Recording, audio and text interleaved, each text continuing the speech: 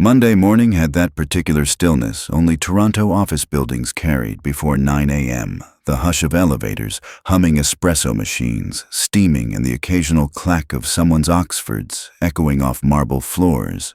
Ethan McAllister had arrived early as always. 3 suit jackets rotated weekly, same polished leather briefcase, and a stainless steel travel mug filled with the same bold roast from the cafe on Front Street. He'd already cleared 40 emails before his 8:30 meeting. But when his assistant forwarded the calendar update from Brian Gallant, brief one-on-one, no agenda, he felt it. That pause, the shift in temperature just before a storm at 8:29 sharp. Ethan stepped into conference room, the one with the frosted glass and the view of the lake. Brian was already seated, fingers steepled iPad glowing beside a manila folder.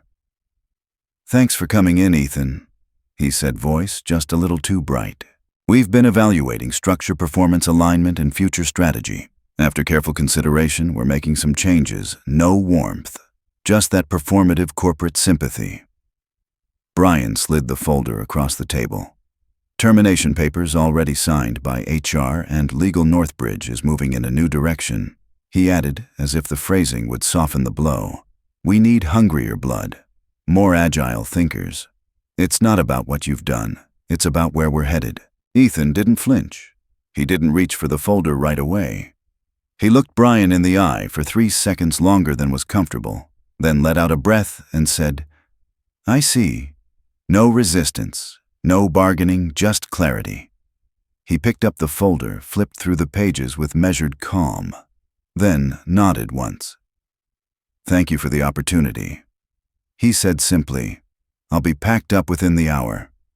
Brian blinked, almost as if surprised the conversation wasn't going to be harder. But Ethan had seen this coming for months, and this wasn't the moment to make noise. Northbridge Partners was headquartered in the financial core of Toronto, a respected name in private financial services, especially among family-run firms and long-term investment clients. Ethan had joined 9 years ago when they were still operating out of a modest 2-story building near Yonge and Bloor. Back then, he'd been recruited directly by the former CEO, Everett Stanton, who had said, "I need someone who understands people before numbers," and Ethan had delivered through 2 recessions, 3 expansions, and a global pandemic. He'd cultivated a client base that now represented nearly 40% of the firm's revenue: Lockhart Manufacturing, Westfield Properties, Carlton Holdings. These weren't just names in a CRM. They were people who sent Ethan Christmas cards, who called him when their children were applying to university, who signed 5-year agreements with zero hesitation because he was on the other end of the line. But then came the change in leadership. Brian Gallant was brought in just 6 months ago as vice president of sales, part of a modernization push. He wore pocket squares, quoted leadership books, and scheduled disruption workshops no one wanted. 3 weeks after he started, Ethan's commission structure was adjusted without warning, slashed by 20% despite record retention. His name began disappearing from strategic planning meetings. Travel requests were held for review. His assistant, Julia, was reassigned to a junior team without explanation. And last Thursday, Ite had updated his laptop during lunch without notice. The message was clear, even if unspoken. Ethan packed 9 years of work into a single cardboard box. Framed photos of Rebecca and the kids. A stone coaster from Banff gifted by a client. His favorite mug, the one that said "Coffee is for closers." Ironic now, and tucked carefully at the bottom a slim leather binder, his personal contact log. Ethan had always kept a private record, not out of distrust, but out of habit. A list of key contacts, their assistants' names, preferred times to call, anniversaries, client quirks. It wasn't data the company owned. It was relationship capital earned through trust. Valerie from accounting passed him on the way out. "New office?" she asked. Half joking. "Something like that," he said, smiling faintly. On the elevator ride down, he stood beside Everett Stanton.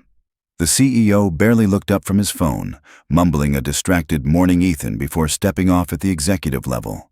He had no idea what Brian had just done upstairs, or maybe he did. Either way, it didn't matter now. By the time Ethan reached the parking garage, he felt neither anger nor despair. Just a stillness, like waking from a long, comfortable dream and realizing the house never truly belonged to you. He drove west, taking Lakeshore out to Etobicoke, where the late morning sun bounced off the water. At home, he placed the box gently on the kitchen island. Rebecca was in Calgary for the week, helping her sister with a newborn. The house was quiet. His phone buzzed. Travis Hendrickson, his largest client, texting about Thursday dinner. Ethan didn't answer. He poured himself a finger of bourbon and stared out the window, letting the silence settle. Tomorrow would come, and it would be different. The next morning, Ethan woke up without an alarm for the first time in years. No 6 a.m. email scroll, no review of market updates before coffee. The house felt hollow but peaceful. The kind of quiet that used to make him uneasy back when every minute not spent on work felt like wasted ground. But today, it felt earned. The sun filtered in through the sheer curtains of the kitchen, painting long gold stripes across the floor. He brewed coffee slowly, methodically, and pulled his laptop from the same leather briefcase he'd used since 2011. Before checking emails, before responding to the stream of missed calls and messages from the day before, he opened one document, his employment contract with Northbridge Partners. He scanned the clauses like a seasoned analyst, his eyes trained to catch buried implications. There it was, the non-compete. 1 year limited to Ontario, applicable only in the event of a voluntary departure. A small smile touched the corner of his mouth. Being terminated without cause meant he was unbound, free to speak, free to act, and most importantly, free to take back the relationships that were never truly the firm's to begin with. They belonged to trust, and trust, Ethan knew, wasn't transferable. He reached for his phone. Not the work-issued one sitting powered off in the cardboard box, but his personal one. The one that held every real contact, mobile numbers, birthdays, favorite scotch labels, vacation times to avoid scheduling meetings. Over 200 names. He didn't need to call them all. Just 3. The rest would follow in time as word got around, before making any moves, though he wanted to be sure. He called someone he hadn't spoken to in over a year. Colin Dupuis, a corporate lawyer based in Mississauga. A sharp mind with a quiet presence.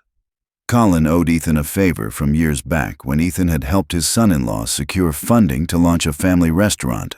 Colin picked up on the second ring. "Ethan," he said, voice warm. "I heard something yesterday, didn't sound right." "It wasn't," Ethan replied. "I need 10 minutes, maybe a scan of a document, send it over. I'll call you in an hour."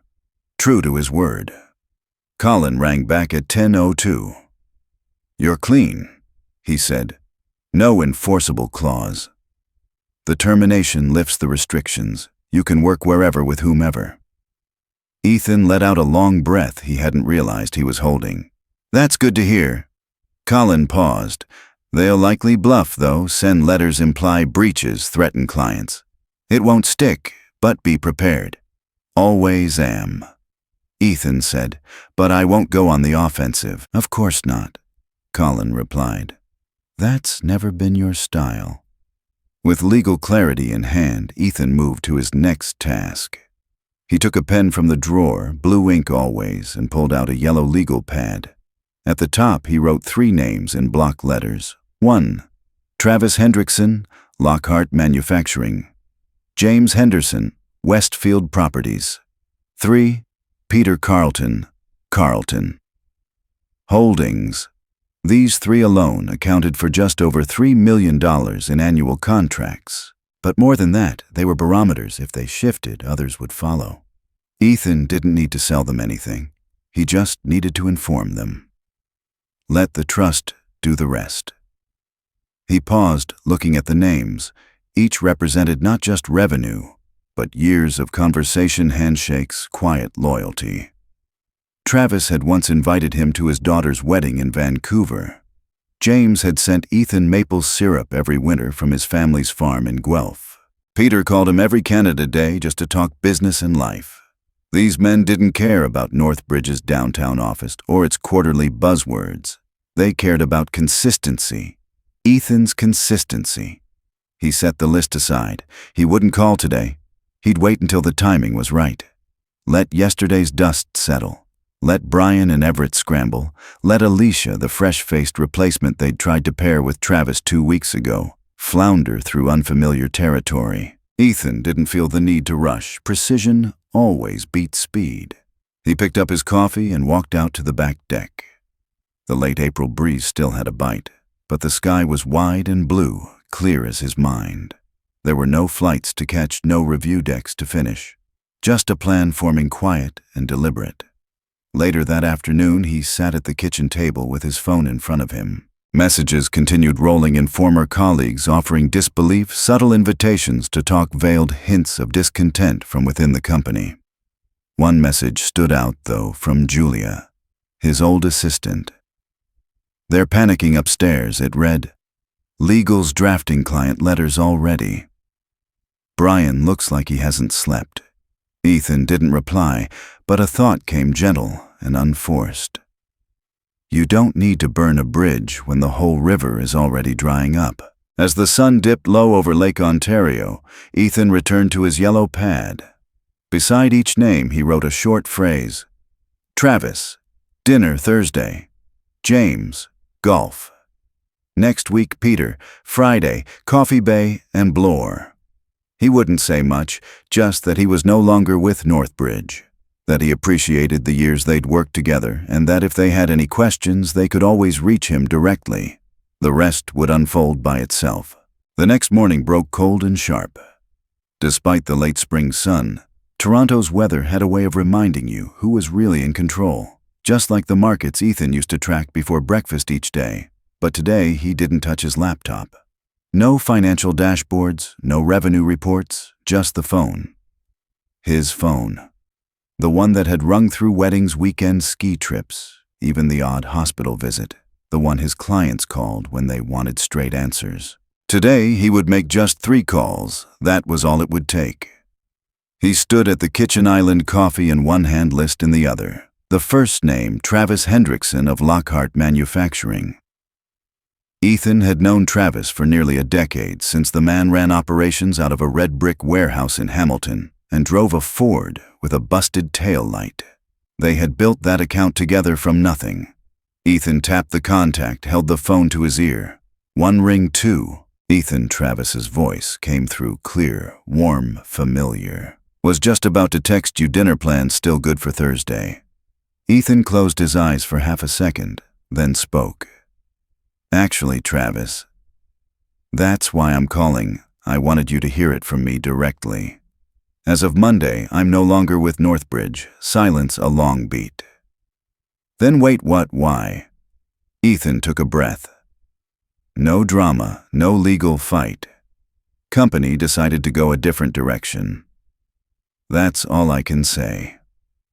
Another pause. "So, who's handling our account now? Probably Brian Gallant or Alicia Winters. They'll reach out, I'm sure." A dry chuckle on the other end. Alicia. From that meeting last month, she didn't know what EBITDA was. Ethan didn't respond. He didn't need to. Travis filled the silence. "Well, you're not saying anything, but I will. If you land somewhere else, I'd like to know." The second call went to James Henderson of Westfield Properties. Ethan and James had shared a quiet understanding, both men raised in small towns, both uncomfortable with loud suits and louder promises. The call was brief. Ethan delivered the same message. James sighed and said, "I knew something was off when they canceled our quarterly lunch." "You mean the one we've had on the calendar since 2017, Ethan asked. "Yeah," James said, "that one." By the end of the call, James promised to take it from here. Ethan didn't press. He never needed to with James. The third name on the list, Peter Carlton. The hardest one. Not because of business, but because of history. Peter's son had interned at Northbridge 3 summers ago, personally mentored by Ethan. They'd shared summer BBQs, New Year's cards. The relationship was more than transactional. It was generational. Ethan made the call anyway. Peter answered on the third ring. "Ethan, was about to loop you into a proposal draft. Did you get my email? I haven't been on my work inbox since Monday." Ethan said gently, "I'm no longer with the firm." Peter didn't say anything for a while. "Then what happened?" "Honestly," Ethan replied, I think I made the job look too easy, Peter snorted. Sounds about right, Ethan added. You'll probably hear from Brian soon. Or Alicia, I already did. Peter said they offered me a discount on our next renewal. 10%. Said they'd handle things seamlessly. Ethan raised an eyebrow. What did you say? Told them I'd think about it, Peter replied. But truth is, Ethan, I don't do business with buildings. I do business with people. You know that. Ethan nodded slowly. I do. That's why I called. By noon. Ethan's phone was lighting up like Bay Street on a Friday afternoon. Not just Travis James or Peter others had heard. In industries like theirs, word moved faster than any press release. Clients, vendors, even 2 old colleagues from Northbridge reached out whispering about panic mode. Julia sent a message. Brian pacing outside the boardroom. Everett pulled him in for a strategy review. Everyone's asking where you went. Ethan didn't respond to any of it. He didn't need to. All he'd done was make 3 calls. No pitch, no persuasion. Just a soft truth delivered by the same voice clients had trusted for years. And that was enough. He poured another coffee, leaned against the counter, and stared out the window toward Lake Ontario. Calm water, clear skies, a good sign. Later that afternoon, his personal email pinged. Subject, let's talk. The sender, Everett Stanton. Ethan, I'd appreciate a quick chat about your transition. Some of our key clients have raised concerns. Please let me know a good time. He let it sit in the inbox. Then came a text from Brian himself. There may be room for consulting work. Would you consider a short-term engagement to support Alicia with key transitions, full pay plus retention bonus? Ethan stared at the message. The same man who had once said Ethan was coasting now wanted his help. He closed the app and turned off the screen. He hadn't raised his voice. He hadn't written a manifesto. He'd simply told the truth to the right people. And now the weight of a $3 million exodus was no longer his to carry. The voicemail had been sitting in Ethan's inbox for 2 hours before he finally played it. Ethan, this is Michael Granville. The voice began confident, measured with a faint Ottawa cadence. I hear you might be available. A few of our mutual contacts speak highly of you. I'd like to talk. If you're open to it, give me a call. Ethan paused the message halfway through and stepped outside. The air had shifted warmer with a scent of early spring coming in on the breeze from the lake. He'd heard of Granville Group, smaller than Northbridge, but respected, boutique, independent, and extremely selective about its client list. Where Northbridge had grown hungry for volume and market share, Granville had doubled down on relationships, even if that meant slower growth. Ethan had always admired them from afar, and Michael Granville himself, a rare kind of leader in the industry, someone who still made calls personally and signed holiday cards in ink. Ethan waited until the sky had started to turn amber before returning the call. Michael, he said simply, this is Ethan McAllister. Ethan, Michael said, I won't waste your time. I've followed your work for years. Travis Hendrickson has sung your praises more than once. And Peter Carlton called me directly this morning. Said you handled his exit from Northbridge with more grace than the company deserved. Ethan gave a dry chuckle. I didn't plan it that way. I just did what I thought was right. That's exactly why I'm calling. Michael replied, we're growing, deliberately, carefully. And what we're missing isn't revenue. It's people who treat clients like relationships, not revenue streams. He paused, then continued.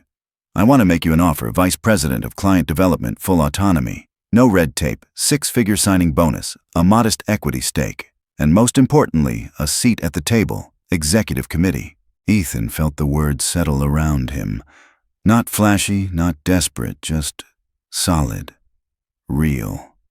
The kind of offer you didn't get unless someone knew your value. I appreciate it, Michael, he said. But full disclosure, Northbridge's legal team is already stirring. There may be noise. Michael didn't miss a beat. I've read your contract. You were terminated without cause. The noise doesn't worry me. I'm interested in signal there. It was. Clarity, Ethan said. Give me until tomorrow. I want to think with a clear head, Michael agreed without hesitation. After the call, Ethan sat at his kitchen table in the quiet of dusk. His inbox had exploded again. Travis had emailed a copy of the termination notice he'd just sent Northbridge citing change in relationship management. The subject read, underneath a single line, "Wherever you land, that's where we'll be." Henderson and Carlton had done the same. That was over $3 million in annual contracts, gone from Northbridge in 48 hours. Not because Ethan had asked, just because he'd told the truth. At 7:14 p.m., Brian texted again. "Board has approved a transitional consulting package. We'll pay full salary for 6 months plus options if you agree to help with client transfers. This is a win-win." Ethan stared at the message for a long time, then deleted it without replying. He had nothing left to transition. The clients had already chosen. That night, Rebecca called from Calgary. "How are you holding up?" she asked. He paused, then said, "Honestly, clearer than I've felt in years." She smiled softly through the phone.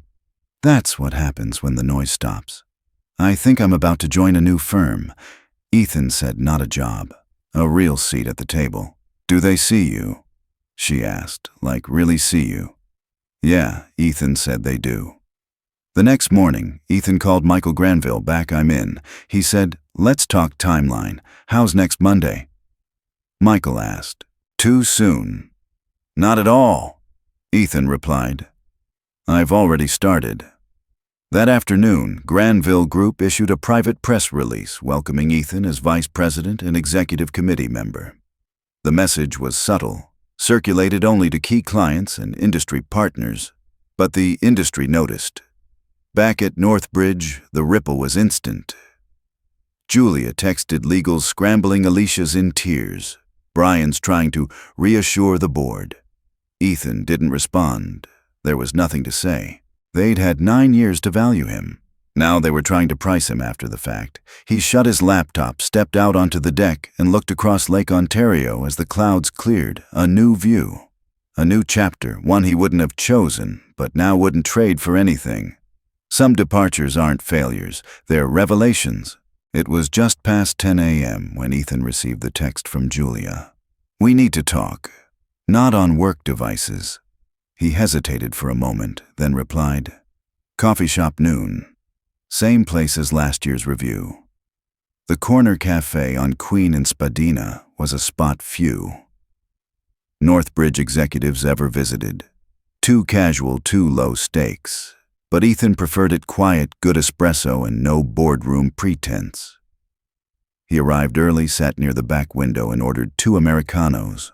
Julia walked in wearing a coat too light for the wind and an expression far heavier than her usual calm. "I shouldn't be here," she said as she sat down. "Then why are you?" Ethan asked gently. Julia looked around, lowered her voice. "Because you deserve to know the truth. Your firing had nothing to do with numbers. It wasn't performance. Ethan, it was positioning." Ethan didn't react outwardly, but his chest tightened just slightly. "Go on." She leaned in. "Veritas Capital made an offer to acquire Northbridge 2 months ago, but they had conditions. The biggest one, transition all major client relationships away from individuals, especially you. They didn't want a portfolio dependent on one man." Ethan exhaled slowly, staring at the steam rising from his cup. "So they needed me out of the picture." Julia nodded. "Brian was brought in to do exactly that. Not to lead sales, to surgically detach you from your clients, so Veritas could justify the purchase. It all fit. The commission changes, the assistant reassignment. Alicia shadowing him without context. The tightening around his workflow wasn't incompetence. It was a strategy." Ethan looked out the window at the streetcars rolling past. "They thought I was an obstacle to their valuation. You were too effective," Julia said. "Too trusted. You couldn't be replaced by a line on a spreadsheet." Ethan let the words settle. For 9 years, he'd believed his loyalty was to a company that valued people over projections, but Northbridge had evolved.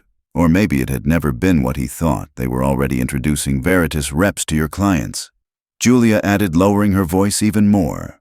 Under fake titles, strategic consultants, industry analysts. I found the logs. 6 of your top accounts were quietly approached while you were still employed. That hit harder than expected. Ethan thought back Travis mentioning a man named Thomas at a quarterly review. James commenting on strange questions from someone doing research. Even Peter had flagged an odd third-party contact, but Ethan had brushed it off as due diligence. Did Everett know, Ethan asked. Absolutely. Julia said he didn't lead it, but he signed off. He figured if enough of your clients stayed through the transition, Veritas would finalize the deal by June. Ethan clenched his jaw. Except they didn't stay. Exactly, Julia said. When Travis and the others pulled their contracts, Veritas froze everything. They're reconsidering the deal. She paused. They built the sale on a false assumption that your clients belonged to the brand. But the brand was you. Ethan sat back. The betrayal was deep, but so was the clarity. He hadn't lost his job due to obsolescence or underperformance. He'd been extracted like a pillar removed from a house being flipped for profit. So what happens now, he asked. Veritas is stalling. Julia said the board's panicking. Brian's trying to salvage what's left. But the foundation's gone. They drank their coffee in silence for a moment, the gravity of the situation hanging in the air like fog. Then Ethan asked, "Why tell me all this?" Julia's eyes softened. "Because I watched them dismantle your work, piece by piece. And I knew it was wrong. You built this place. They just wanted to sell it." Ethan thanked her, walked her to her car, and promised to keep her name out of anything. She nodded. "You don't need to fight them, Ethan. You've already won that night back home." Ethan opened his laptop and reviewed the list of clients who had followed him to Granville. The number had grown to 8. Over $3.2 million in active revenue had left Northbridge in a matter of days, not due to aggression but inertia, trust, and gravity. He thought of Brian's last message. "We're offering a retention bonus. Help us with the transition." Ethan smiled at the irony. They were asking him to rebuild what they had systematically dismantled too late. He opened a blank document and titled it, The Veritas Files. He began listing every interaction Julia had mentioned, every client name that had been approached, every tactic used. Not for revenge, for record, for clarity. And in case the story ever needed to be told, not with drama but with precision. At the bottom of the page he typed, "They didn't fire me because I failed. They removed me because I succeeded too well. And that made me dangerous to their version of the future." Then he saved the file, closed the laptop and poured a glass of scotch. He didn't feel angry. He felt done. The ballroom of the Vancouver Convention Center glowed under muted chandeliers as Ethan adjusted the cuffs of his Navy suit. It was the first time in years he'd worn cufflinks Rebecca had bought him. They were a retirement gift for a mentor. He never got to honor too many meetings, too many missed occasions. But this wasn't about nostalgia. This was about presence. And after what had unfolded over the past 3 weeks, Ethan's presence had begun to mean something different across the financial services industry. The Midwest Canadian Financial Leadership Summit wasn't just another corporate event. It was the place where deals were whispered over catered breakfasts and reputations reshaped in 15-minute panels. The theme this year, Client Trust in a Disrupted World. Ethan had been invited weeks ago as a late addition, Granville's way of reintroducing him to the ecosystem without theatrics. His panel, ironically, was scheduled just before Northbridge's Everett Stanton and Brian Gallant were both in attendance. So were many former colleagues. The irony wasn't lost on him. The man they removed for being too stagnant was now about to speak on stage about client loyalty. As he waited backstage, his phone buzzed. A message from Travis, listening from Calgary. "Don't hold back, just be you." Ethan smiled faintly and pocketed the device. A conference coordinator approached with a headset mic. "You're up in 2. He nodded, took a steadying breath, and stepped into the soft, expectant hush of the crowd. The panel moderator, a well-groomed analyst from Montreal, welcomed everyone, then turned to Ethan. "Mr. McAllister, you've seen client relationships evolve over decades. In your view, what's the biggest mistake firms are making today?" Ethan didn't pause. They confuse proximity with trust. He said just because you have access to a client doesn't mean you understand what they value. And when firms forget that, they start treating people like transferable assets. He could feel the temperature shift. Some leaned in, others froze. The Northbridge table row, 4 left side, stilled noticeably. Ethan continued, voice calm, steady. Clients don't sign long-term deals for discounts or buzzwords. They stay because someone shows up when it's inconvenient, because someone knows their kids' names, their pain points, their fears about the next market dip. Trust is not a spreadsheet, it's a relationship. And relationships don't survive forceful handovers. The moderator followed up. But in today's market, many firms are moving towards centralized client systems. Shared ownership models aren't personal relationships. Risky for scalability. Ethan offered a thin smile. That depends. If you believe relationships are liabilities you're already building for collapse. What I've seen is this: when clients feel like a line item, they act accordingly, they leave. He then presented data, a simple 3-slide deck.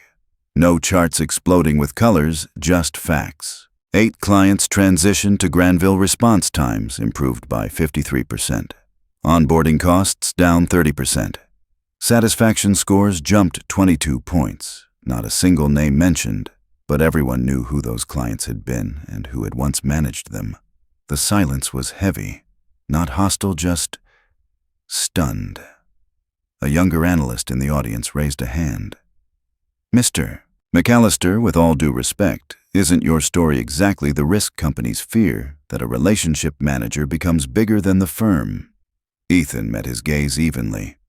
It's a fair question, but let me offer the alternative. What's more dangerous? Building a firm around relationships that last, or assuming your logo is enough to hold clients hostage. He paused, then added, I didn't take anyone, I just left. The rest was their decision. There it was. The quiet drop. Not a mic slam, just a pebble tossed in still water, sending ripples that would take days to measure. As the panel wrapped and polite applause filled the room, Ethan stepped off stage and was immediately approached by 3 familiar faces. 2 former Northbridge clients, 1 board member, each with cards, questions, curiosity, no promises exchanged, just momentum. Meanwhile, he caught Everett in his peripheral vision, standing stiffly near the coffee station. Lips tight, hands clenched. Brian wasn't beside him. Rumor had it he'd left the building earlier than scheduled. By late afternoon, Granville had received 5 new letters of intent. Combined, they represented over $7 million in potential business. Michael Granville texted, "Not bad for a soft-spoken middle manager." Ethan replied, "We're just getting started." That evening, he walked along the seawall, jacket slung over his arm, the Pacific glittering beside him. He didn't feel triumphant. That wasn't the word. He felt aligned. For the first time in a long while, the business around him matched the values within him. Before bed, he reviewed the event coverage already being posted online. One article headline stood out: Trust, walked off stage in a blue suit and took $3 with it. Ethan closed the laptop. Let them talk. He'd already said what mattered. 3 days after Ethan's panel at the conference, the storm began. It wasn't a loud crash of thunder, but the quiet rumble of change that couldn't be ignored. The phone calls started trickling in, first from clients, then from industry insiders, and finally from the people still left at Northbridge. The message was the same. Northbridge was falling apart. It began with the stock price. It was minor at first, just a slight dip, but by the time noon rolled around, the downward trend was undeniable. By the end of the week, Northbridge Partners stock had plummeted 12% in 5 days. Investors weren't just concerned. They were fleeing. Granville's financial team had been tracking the situation. Ethan had already seen the projections and knew what was coming. Veritas Capital had pulled out of the deal entirely. Without the client base, Northbridge was little more than a shell. The next call came at 11:45 a.m. from Travis Hendrickson. "Ethan just heard about the stock," he said, voice tight with concern. "What's going on?" Ethan sipped his coffee, slowly watching the clouds move across the sky outside his office. He didn't rush to answer. "Same as always," he said. Money's fine, but trust is what keeps the wheels turning. He didn't feel the need to elaborate further. Travis understood. It's bad, isn't it? Travis said, his tone shifting from concern to disbelief. I knew something was up with that transition talk. We've already decided we're moving everything over to Granville. Lockhart is already in the process. Ethan closed his eyes for a second, letting the words wash over him. This wasn't about him anymore. It was about what was left, what was real. In this business. I appreciate that, Travis, he replied calmly. I never wanted things to go down this way. But people stay where they feel valued. I know. Travis replied quietly. And we're with you, Ethan. Always have been. By the time the afternoon rolled around, the cracks in Northbridge had widened. James Henderson was next, calling from a coffee shop in Calgary. They're in full panic mode, Ethan James said, sounding both tired and detached. Everett's telling anyone who'll listen that this is your fault, that your exit strategy caused the fall. But I'm hearing the whispers. People are already lining up with Granville. What you're doing is right. Ethan exhaled slowly, staring out at the Toronto skyline. He wasn't surprised. He'd suspected as much. Brian Gallant was scrambling, trying to find a narrative to salvage what was left. But the truth couldn't be buried under spin anymore. The cracks were too visible. James Ethan said, his voice low and steady. It's not about blame. It never was. This is just the natural order of things. When you stop valuing the relationships that got you here, you start to lose what matters most. James didn't reply immediately. When he did, his voice was more reflective. We were all just a little too busy chasing the numbers. I guess we all forgot the real currency in this industry was trust. The rest of it is just paper. Ethan smiled slightly. It's not too late to fix it. The real question is whether people will listen. Later that afternoon, Ethan met with Michael Granville for the first time since the Vancouver conference. Granville was unusually quiet as he sat down across from him at their usual meeting place near the water. It wasn't that Michael was nervous. It was just that the gravity of the situation was now clear. Veritas's retreat had been a full-on blow to Northbridge's credibility, and everyone involved felt the ripple. So it's official, Michael said, folding his hands on the table. The board's meeting later this afternoon, and I'm certain Everett's about to announce his resignation. The public's already seen enough. Ethan nodded, his fingers tapping lightly on the table. I guess the writing was on the wall for a while. But it's about to get worse for them. When your clients don't trust you anymore, the numbers don't matter. I agree. Michael said, the clients who followed you, well, they didn't just follow because of the numbers. They followed because of you. He paused. We're starting to hear that more will come over in the next week. And I'm not worried about those who've been with you for years. I'm worried about those who are still on the fence. Ethan leaned back in his chair. Those are the ones who are already watching Michael. The ones who thought loyalty was just a nice bonus. They'll come when they realize the game's changed and trust will always win. That evening, the fallout continued. Everett. Stanton called Ethan directly, his voice tight with frustration. I need to talk to you, Ethan. I don't care if it's by phone, by email, or whatever. I owe you an explanation. Ethan paused for a moment. There's nothing left to say, Everett. I didn't break the trust, I just left. And that's exactly why your clients left. I didn't know it would happen this way. Everett said, his voice shaking slightly. We had a plan. We had control. Ethan stood up from his desk, pacing slowly as he spoke. You had control over everything except the most important thing, people relationships. You don't control loyalty. You can't build a future based on turnover. You never understood that, and now you'll have to watch it burn. Ethan didn't wait for a response. He hung up the phone, walked over to his window, and stared out at the city. The lights of Toronto twinkled, but for some reason it felt like a distant world, a world he had no intention of returning to. By the end of the day, the news was official. Brian Gallant had resigned effective immediately. Everett Stanton was on his way out too. Northbridge Partners had begun its slow decline, a company undone by its own hubris. They thought they could replace trust with transactions, But in the end, it was trust that carried the day. Ethan didn't feel victorious, but he did feel something else, something more meaningful: clarity. The future was his now, and it would be built on relationships that mattered, not spreadsheets that lied. 1 year had passed since Ethan McAllister walked out of Northbridge Partners, leaving behind a crumbling empire of missed opportunities and broken trust. The days had blurred into weeks, weeks into months. Yet every morning as he sipped his coffee in his new office at Granville Group, he felt something different: peace, clarity. The kind of clarity that only comes when you're no longer trying to fit into a narrative that doesn't fit you. Granville Group had been everything Northbridge never was: focused, human-centered, and above all ethical.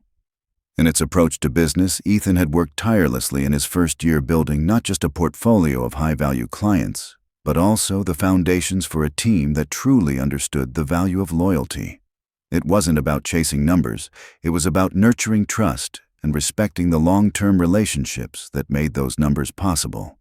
Today was different, though. Today, Ethan was sitting across from Michael Granville, the man who had seen something in him when everyone else had turned away.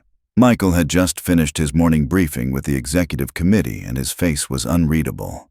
It had been a successful year for Granville Group. Growth was up 34%, with over $20 million in new business, much of it thanks to Ethan's influence. But this meeting wasn't just about performance. Today was about something more.